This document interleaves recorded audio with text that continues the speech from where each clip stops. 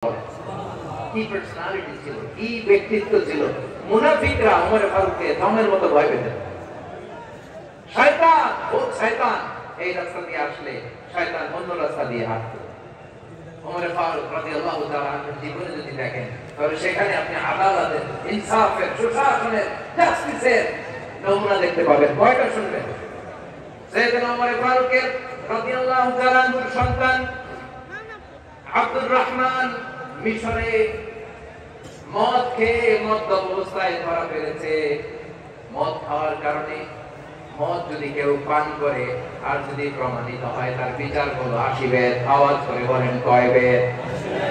বাংলাদেশেও তো এই আইন আছে নাকি? বাংলাদেশে আছে?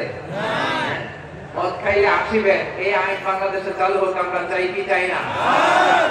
চাই সবাই। এজন্যই তো ইসলাম ভালো লাগে না। ইসলামকে ভালো লাগে না।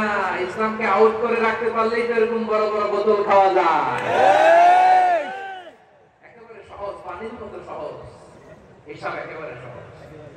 ওমর ফারুক রাদিয়াল্লাহু তাআলা আনহু ছেলে হুট করে মদ পান করে ফেলেছিলেন। আব্দুর রহমান, ঘটনা ঘটেছে মিশরে। মিশরের গভর্নর তখন আমর ইবনে আস রাদিয়াল্লাহু তাআলা।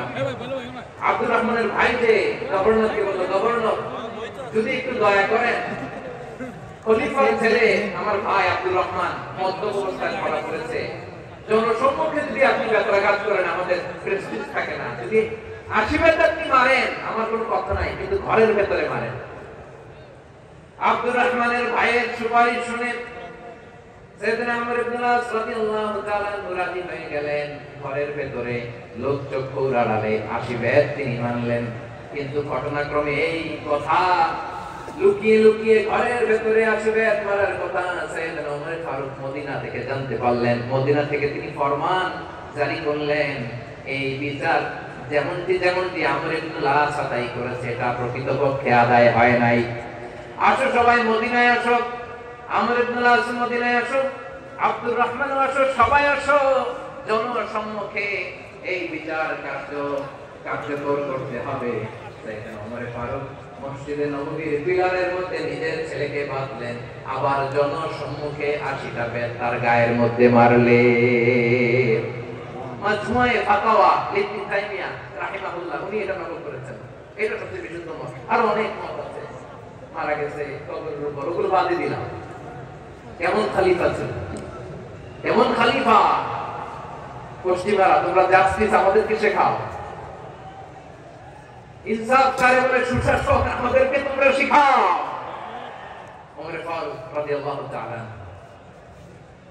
ওই বিচারকে তিনি কর্তব্য মনে করেন নাই। মদিনাতে এনে আবার জনসম্মুখে আবার 80 বেত মেরেছেন।